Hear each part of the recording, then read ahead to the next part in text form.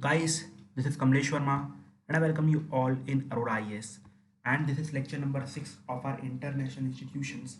And in this lecture, we are going to start with World Bank and IMF. Both are very small topics, so I will try to cover it in one video if it is possible.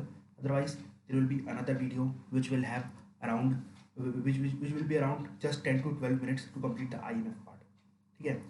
So before going to the lecture, I would like to tell you about our paid group, our paid program, which is known as Personal Guidance Program. This is directly run by Aurora sir, and if you want to join it, you can contact on these two numbers. Okay, this time from this paid group, approximately 35 plus students are writing mains, and all have 100 plus marks. The crew you can visit our Telegram channel and auroraias.com website. Okay, this is our mind map books which you can purchase from Amazon and Flipkart for your reference and for the revision purpose as well. Fine. So now let us begin with the World Bank and IMF. So before going to the World Bank and IMF, I would like to take you the background of these two institutions and why these two institutions emerged. देखो 1940 में world war one हुआ था, ठीक है, 1940 में world war one हुआ था और उसी के लगभग 30 साल के बाद, सिर्फ 30 साल का डिफरेंस था, उसके बाद वर्ल्ड वॉर टू हो गया था, ठीक है, वर्ल्ड वॉर टू हो गया था और इस दोनों वर्ल्ड वॉर ने यूरोप को लगभग डिस्ट्रॉय कर दिया था, यूरोप को लगभग डिस्ट्रॉय कर दिया था। यूरोप की अब बिल्कुल भी ताकत नहीं थी कि पूरे वर्ल्ड ऑर्डर को संभाल सके, ठीक है, और साथ ही साथ पूरे वर्ल्ड को ये भी रियलाइज हुआ कि भाई ये जो वॉर्स होते हैं ना बहुत ही पेनफुल होते हैं। ये कॉलोनीज के नाम पे भरे हम लड़ते रहते हैं, लेकिन अल्टीमेटली जो भी पैसा कमाया है वो तो फूक जाता है वॉर में, तो अल्टीमेटली कोई फायदा नहीं हो रहा है। सो अब हमें हमारी जो डिप्लोमेसी है वो वॉर से शिफ्ट कर देनी चाहिए, कहाँ पर, इकोनॉमी में। अगर हम इकोनॉमी में फाइट करेंगे किसी को कोई लॉस नहीं होगा, उल्टा कंपटीशन बढ़ेगा, ट्रेड बढ़ेगा, लोगों को, कंज्यूमर्स को फायदा होगा, ठीक है, तो ये हमें फायदा होने वाला है। लेकिन वॉर का किसी को भी कोई फायदा नहीं होता, ना ही किसी गवर्नमेंट को होता है, ना ही विनर को होता है, ना ही लूजर को होता है, किसी को कोई फायदा नहीं होता। लेकिन जो इकोनॉमी में कॉम्पिटिशन होगा, जो इकोनॉमी में वॉर होगा, दैट विल बेनिफिट ऑल, ठीक है, that will benefit all. America को फायदा होगा, चाइना को फायदा होगा, थर्ड वर्ल्ड कंट्रीज को फायदा होगा, सबको फायदा होगा, ठीक है। सो अल्टीमेटली जब ये डिसाइड हो गया था कि भैया हमें अपनी जो पॉलिसीज है, वर्ल्ड की पॉलिसीज है, वॉर से लेके कहाँ पर जानी, इकोनॉमिक्स में लेके जानी है, तो अब यहाँ पर वॉर से कहाँ जाना है, इकोनॉमिक्स में जाना है, तो अल्टीमेटली कुछ ऐसे इंस्टीट्यूशंस होने चाहिए जो कि कंट्रीज़ को अपनी जो पॉलिसीज है वो शिफ्ट करने में हेल्प करे। जैसे फॉर एग्जांपल ऐसा कोई इंस्टीट्यूट होना चाहिए जो जिसको अगर, जैसे फॉर एग्जांपल अगर आप देखो, अगर आपको कहीं पर भी इकोनॉमी की कमी आती है, अगर आपको पैसे की कमी आती है, कहाँ जाते हो, बैंक के पास जाते हो, बैंक से लोन लेते हो, अपना काम कर लेते हो, लोन चुका देते हो, ठीक है। तो सेम ऐसा कंट्रीज़ के लिए भी कुछ अवेलेबल होना चाहिए, भैया उनके पास भी कोई बैंक हो और वो लोग डेवलपमेंट के लिए लोन दे सके। जैसे फॉर एग्जाम्पल अगर वो लोग बहुत ज़्यादा इम्पोर्ट करते हैं, तो अब उनके पास डॉलर की कमी हो गई, तो वो लोग कहीं से डॉलर खरीद सके, तो ऐसे कुछ इंस्टीट्यूशन होने चाहिए, ठीक है। तो उन्हीं इंस्टीट्यूशन को डिसीजन के लिए एक क्या हुआ था, एक कॉन्फ्रेंस हुई थी। कॉन्फ्रेंस कहाँ पर हुई थी, न्यू हैम्पशायर के, न्यू हैम्पशायर में होती है, यूएस में है, एक जगह है, स्टेट है, और वहाँ पर एक सिटी है, मतलब एक जगह है, प्लेस है, which is known as Bretton Woods. वहाँ पर एक कंप्लीट डिस्कशन हुआ था कि भैया कैसे इकोनॉमी को आगे ले जाना है, बिकॉज अब ये तो डिसाइड हो गया, तो भैया वॉर तो नहीं करने वाले, बहुत हो गया वॉर, और अब हमें फोकस इकोनॉमी में करना है। लेकिन दो रिक्वायरमेंट लोगों की आ रही थी। सबसे पहली बात तो एक्चुअली तीन रिक्वायरमेंट आई। सबसे पहली बात तो हमारे पास सबसे पहली बात तो क्या होना चाहिए, एक बैंक होना चाहिए जो सारी कंट्रीज़ को लोन दे, और अगर कोई भी कंट्री बीओपी में फंस जाए तो ऐसी कोई इंस्टीट्यूशन होना चाहिए उसे निकाल सके बाहर, भैया वो और आगे प्रोग्रेस करे कुछ रिफॉर्म के साथ। इसके बाद एक ऐसी बॉडी होनी चाहिए जो कि फ्री ट्रेड को प्रमोट करे। आप ये बताओ कि भैया वॉर होने का रीज़न ही क्या था। वॉर होने का सबसे बड़ा रीज़न ये था कि जितनी भी कंट्रीज थी वो लोग फ्री ट्रेड प्रमोट ही नहीं कर रहे थे। फॉर एग्जाम्पल यूएस ने अपनी पूरी मार्केट बंद करके रखी है, ब्रिटेन बंद करके रखी है, जर्मनी बंद करके रखी है, तो अल्टीमेटली जब ट्रेड हो गई नहीं तो भाई कैसे प्रमोट होगा आगे का अपना फ्री ट्रेड का अग्रीमेंट। तो अल्टीमेटली उसके लिए भी एक बॉडी चाहिए थी। तो तीन बॉडी के डिस्कशन के लिए सारी कंट्रीज कहाँ पर मिलती है, न्यू हैम्पशायर में मिलती है, ब्रिटेन वुड उसकी जगह है, ब्रिटेन वुड न्यू हैम्पशायर में, वहाँ पर आकर मिलते हैं, ठीक है। और वहाँ पर जन्म होता है, वहाँ पर जन्म होता है वर्ल्ड बैंक और आईएमएफ का। किसका जन्म होता है, वर्ल्ड बैंक का और आईएमएफ का। यहाँ पर यूएस एक ऐसी बॉडी चाहता था लाइक डब्ल्यूटीओ। उस टाइम पे यूएस चाहता था, मैंने आपको ऑलरेडी बताया था डब्ल्यूटीओ के लेक्चर में, यूएस 1945 में ही चाहता था कि भैया डब्ल्यूटीओ नाम की बॉडी होनी चाहिए जो कि फ्री ट्रेड परफॉर्म करेगी, ठीक है, फ्री ट्रेड इंश्योर करेगी। लेकिन इसके लिए जो हमारी डेवलपिंग कंट्रीज थी, जो भी आज़ाद इंडिपेंडेंट नेशन थे, वो लोग बिल्कुल भी रेडी। तो ऐसा माना था कि भैया फ्री ट्रेड के चक्कर में दोबारा हमें कॉलोनी बना लोगे, तो अल्टीमेटली वी डोंट वांट। कि आप देखो हर जगह कैसे कॉलोनी आई, हमारे यहाँ पर ईस्ट इंडिया कंपनी आई, फ्री ट्रेड का वादा किया और अल्टीमेटली हमारे पास कब्जा करके बैठ गए। सो क्या होना चाहिए, तो हम तो आपके बार भरोसा नहीं करेंगे, ये गवर्नमेंट ने साफ साफ बता दिया था। तो डब्ल्यूटीओ तो नहीं आ पाई।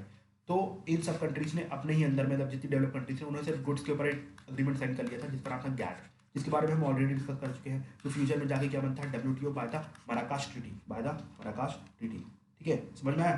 तो ये था हमारी डब्ल्यूटीओ की स्टोरी। लेकिन दो इंस्टीट्यूट यहाँ पर निकल के जरूर आते हैं ब्रिटेन वुड में, जिसको कहा जाता है वर्ल्ड बैंक एंड IMF, और इसके लिए एक अग्रीमेंट भी हुआ था जिसको हम कहते हैं ब्रेटन वुड अग्रीमेंट। और ये दो इंस्टीट्यूशन निकल के आते हैं, वर्ल्ड बैंक एंड IMF, उसको कहा जाता है ब्रेटन वुड्स ट्विन, ठीक है, ब्रेटन वुड्स ट्विन। ठीक है, अगर आपसे कोई बोले कि ब्रेटन वुड ट्विन्स का मतलब क्या है, इसका मतलब है वर्ल्ड बैंक एंड IMF। क्या मतलब है? वर्ल्ड बैंक एंड IMF, ठीक है। सो इनिशियली अगर आप देखोगे 1944-45 के आसपास सिर्फ और सिर्फ कितनी कंट्रीज थी? 44 कंट्रीज थी। कितनी कंट्रीज थी? सिर्फ और सिर्फ 44 कंट्रीज थी। लेकिन एट प्रेजेंट ये बढ़ के 189 के आसपास पहुंच गई। मतलब लगभग जितनी स्ट्रेंथ US की है, कुछ ऊपर नीचे किया जाए, लगभग उतनी स्ट्रेंथ आ चुकी है, ठीक है, उतनी स्ट्रेंथ आ चुकी है। अब देखो, अब ये बन के बॉडीज तैयार हो गई थी, ठीक है। और ये जो हमारा वर्ल्ड बैंक था उसने 1946 में काम करना चालू किया, और जो IMF था उसने 1943 में काम करना चालू किया, ठीक है।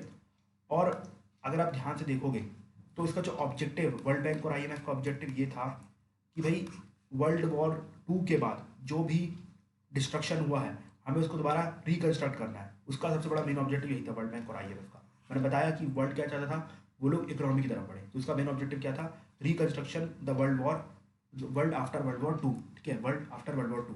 देखो, अब जो वर्ल्ड बैंक और IMF है उसके बारे में थोड़ा बहुत बेसिक डिस्कस करते हैं कि भैया कौन चेयरमैन होता है, कहाँ से चेयरमैन होता है, क्या सिमिलैरिटी है, क्या डिसिमिलैरिटी, वो सब डिस्कस करते हैं, ठीक है। देखो, सबसे पहली बात तो कुछ सिमिलैरिटीज़ है, ठीक है। सिमिलैरिटीज़ क्या है कि दोनों का headquarter is in Washington DC। कहाँ पर है? USA में, वॉशिंगटन DC में। UN का हेडक्वार्टर भी वहीं पर है, ठीक है।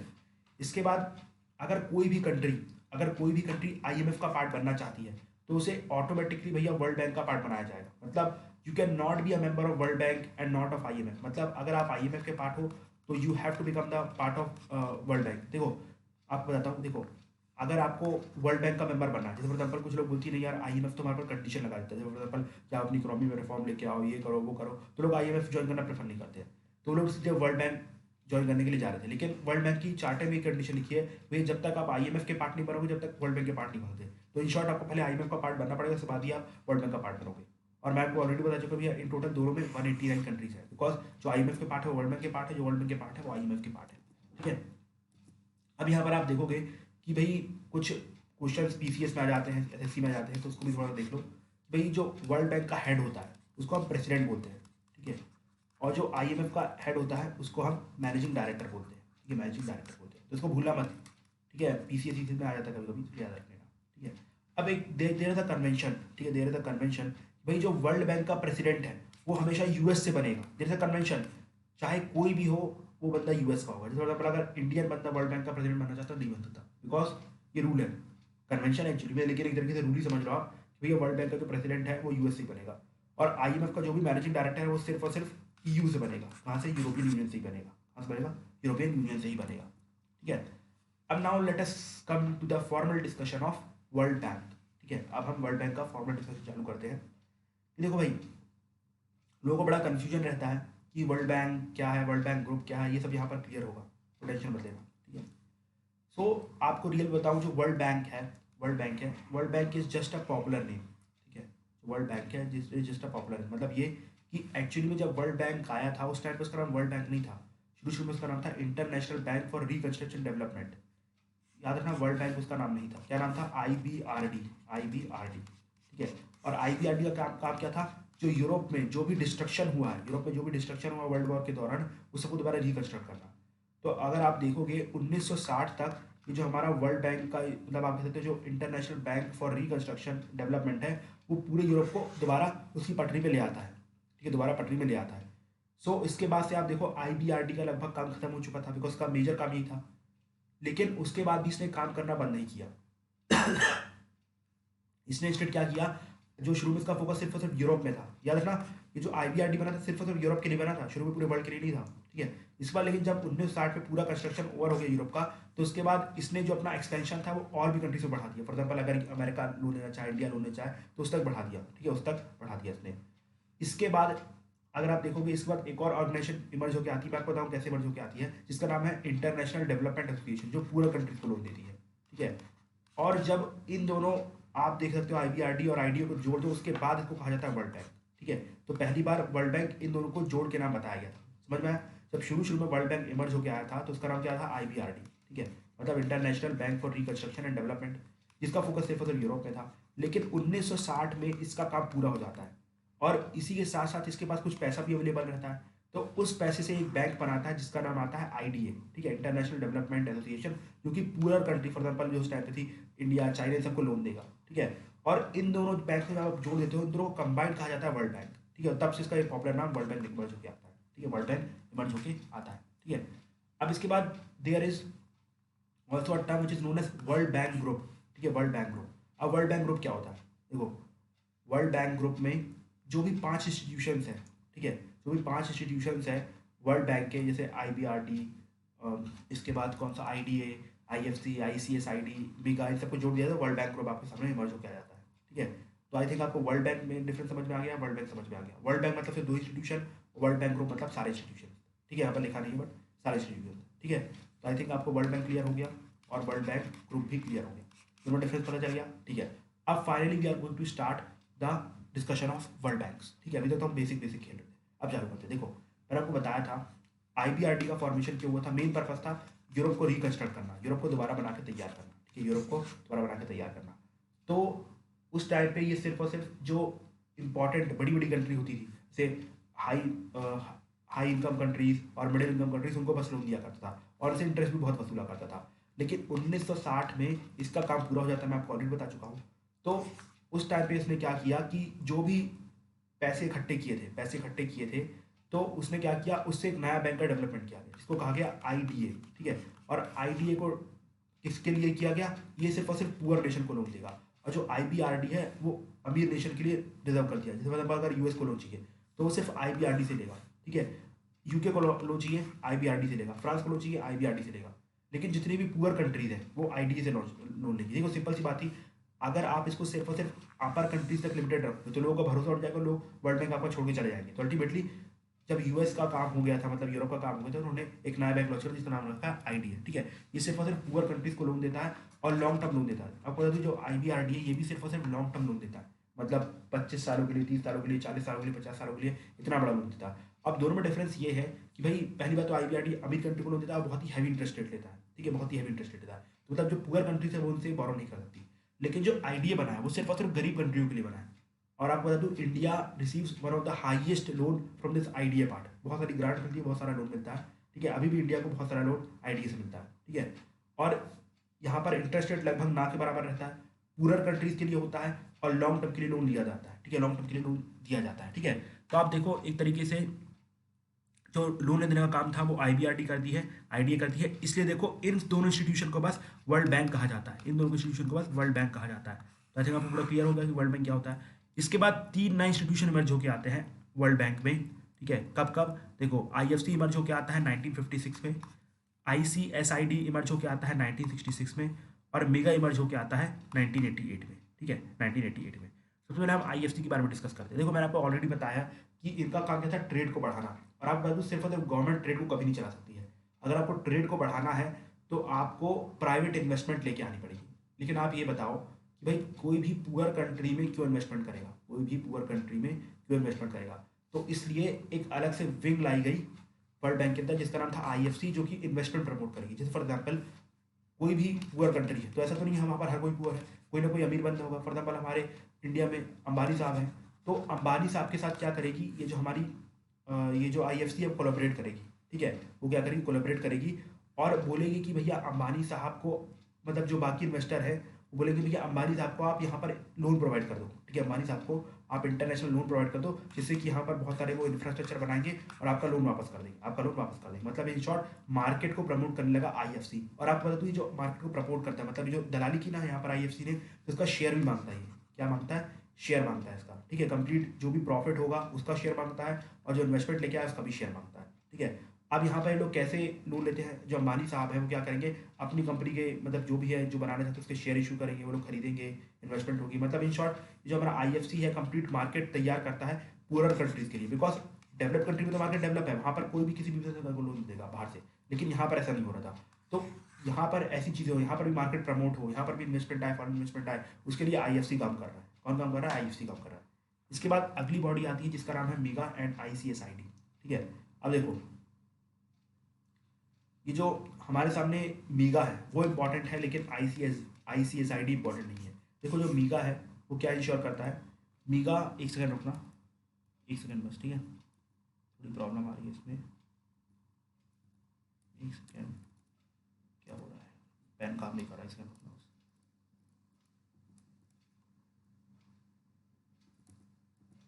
अब ठीक है थोड़ा।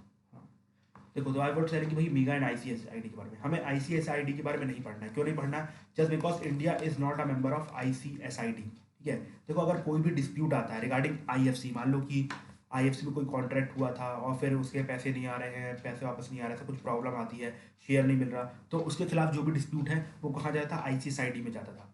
अब India is not a member of it, तो इसकी इंपॉर्टेंस हमारे लिए खत्म हो जाती है। ठीक है, ये डिस्प्यूट सॉल्व करता है आईएफसी के रिगार्डिंग जो भी होता है। लेकिन इंडिया इज पार्ट ऑफ मिगा। ठीक है, इंडिया इज पार्ट ऑफ मिगा।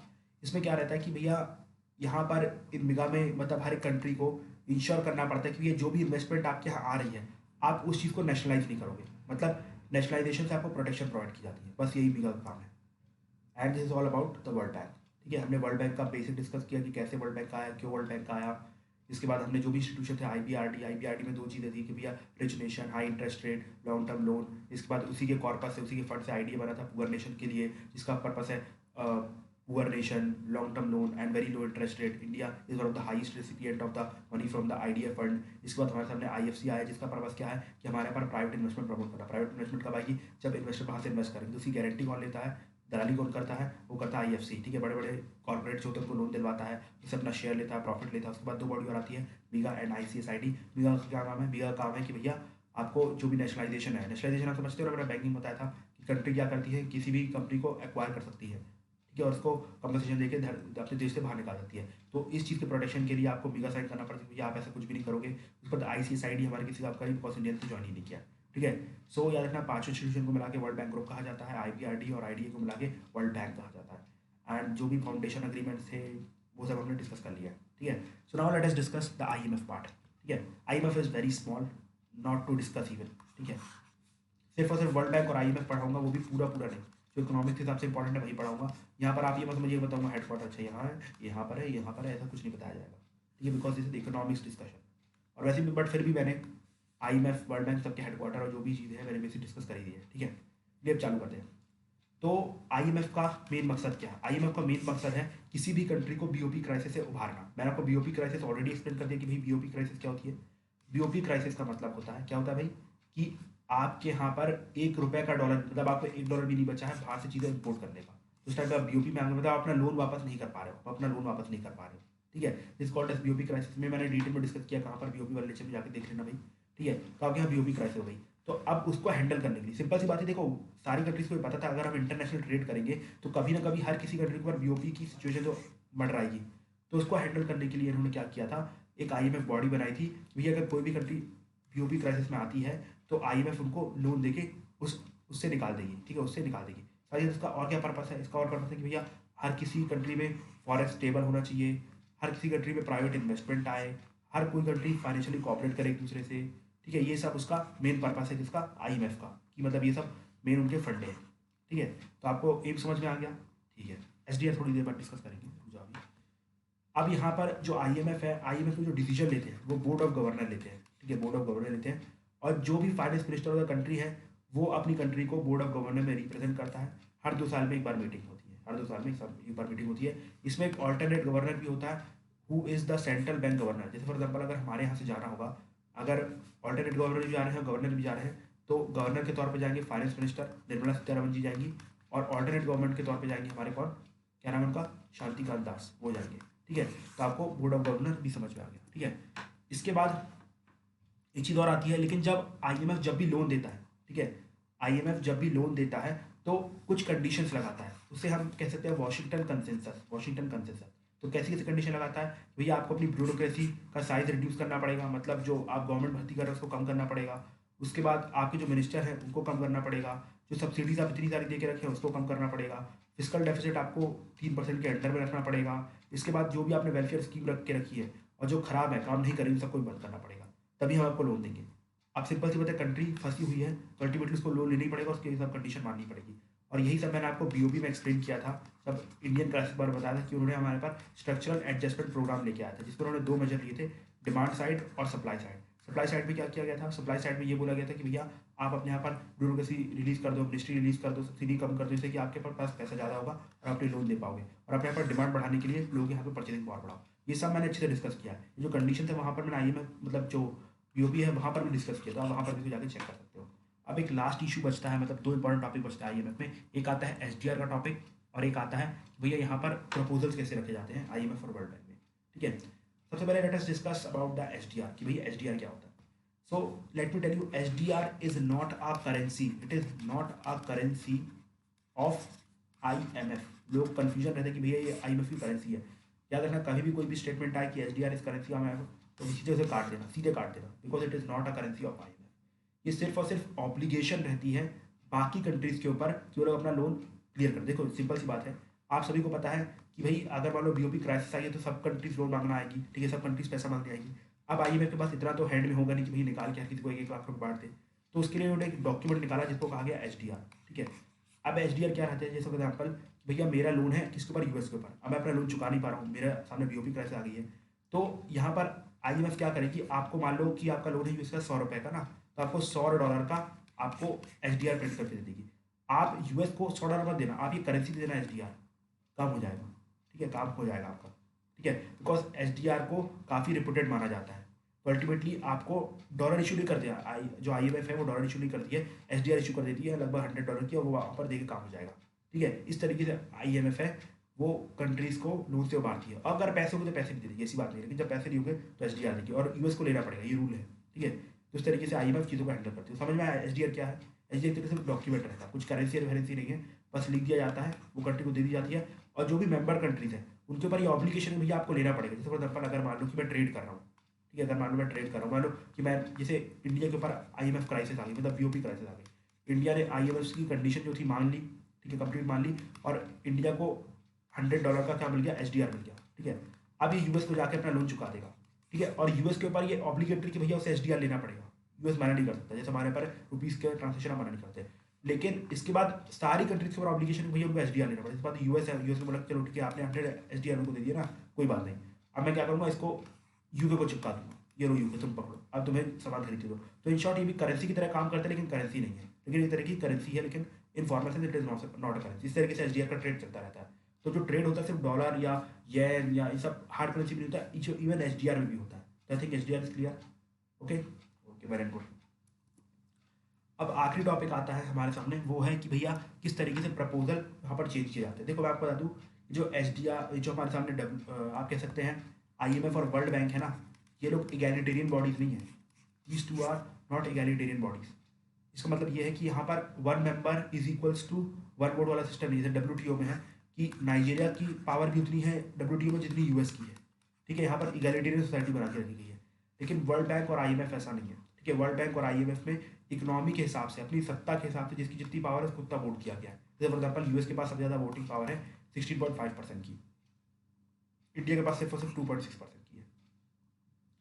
और अगर आपको कोई भी रेजोल्यूशन पास करवाना है वर्ल्ड बैंक में, जैसे फॉर एग्जाम्पल कि IMF रेजोल्यूशन है कि भैया कि IMF क्या करता है कि कोई अगर ये लोन देता है, BOP का लोन देता है तो कंडीशन लगाता है। अब मान लो इंडिया सोच रहा है कि नहीं है तो खराब चीज़ है, इसको अपन हटवा देते हैं, तो अपन कुछ कंट्रीज से बात करते हैं और अपन हटवा देंगे। अगर WTO होता तो इंडिया सबसे बात करके हटवा देता, लेकिन यहाँ पर जो मैक्सिमम शेयर है 16.5% का वो US के पास है, और जब तक US हाँ नहीं बोलेगा जब तक कोई भी चेंज नहीं आ सकती, बिकॉज यहाँ पर 85% की अप्रूवल चाहिए। आप सोचो 16.5% का शेयर तो सिर्फ US के पास है, तो आपको अकेला पहले US को बनाना पड़ेगा। जब US अगर मान लो कि सब मान लो सारी जितनी कंट्री सब मान गई, तो सबका शेयर कितना है, सारी कंट्रीज का, ऑल कंट्रीज का शेयर है 85%, ठीक है। मतलब सारी कंट्रीज का शेयर कितना होगा, मतलब कुछ आप कह सकते हैं 84% के आसपास लग जाएगा, 84%, ठीक है। और अगर आपको प्रपोजल पास करवाना है कितना शेयर चाहिए आपको, 85%, मतलब इन शॉर्ट आपको US की हेल्प चाहिए। तो बिना US की हेल्प के IMF और वर्ल्ड बैंक काम ही नहीं कर सकता, सिर्फ और US IMF वर्ल्ड बैंक को चलाता है। तो इस तरीके का प्रपोजल है, लेकिन इसके ऊपर इंडिया काम कर रहा है कि भैया हमारा जो शेयर है बढ़ाया जाए। तो अब देखते हैं फ्यूचर में क्या होता है। So this is all about the IMF and World Bank, and this is it for today's lecture, and we are done with international institutions. मैं यहाँ पर जो ब्रिक्स है ये सब नहीं पढ़ाने वाला हूँ, वो सब IR का पार्ट है, तो वहाँ पर आप पढ़िएगा। यहाँ पर जो भी क्रॉप्स के हिसाब से इंपॉर्टेंट था वो मैंने पढ़ा दिया है, ठीक है। अब अगले लेक्चर में will start with the national income. National income के बाद बचेगा हमारे पास, नेशनल इनकम हमारा प्रीलिम्स का आखिरी इंपॉर्टेंट चैप्टर होगा, ठीक है। अगर आप नेशनल इनकम भी देखते हैं तो उसके बाद आप प्रीलिम्स के सारे क्वेश्चन अटेम्प्ट कर सकते हैं। इस बार एग्रीकल्चर से आया तो agriculture I will also teach, because last year मैंने पढ़ाया था, लेकिन जो मेनली जो मेरा एग्रीकल्चर होगा बेस ओरिएंटेड होगा, ठीक है। तो आप नेशनल एग्जाम में आप समझते हैं कि प्रीलिम्स का सिलेबस ओवर हो जाएगा। उसके बाद 3 चैप्टर बचेंगे। एक है हमारे सामने कौन सा, एग्रीकल्चर का। इसके बाद हमारे सामने आएगा इंडस्ट्री, जिसमें हम पढ़ेंगे इंडस्ट्रियल पॉलिसीज़, उसके जो नई इंडस्ट्रियल पॉलिसी है उसका इम्पैक्ट भी पढ़ेंगे। साथ ही we will also study the effect of liberalisation Indian economy, जो इसका टॉपिक लिखा हुआ है। इसके बाद we will study the social sector, जिसमें हम पॉवर्टी, अनएम्प्लॉयमेंट, उसके बाद हेल्थ, एजुकेशन, ये सारी चीज़ें डिस्कस करेंगे। ठीक है, that's it for today. Thank you and have a nice day my dear friends.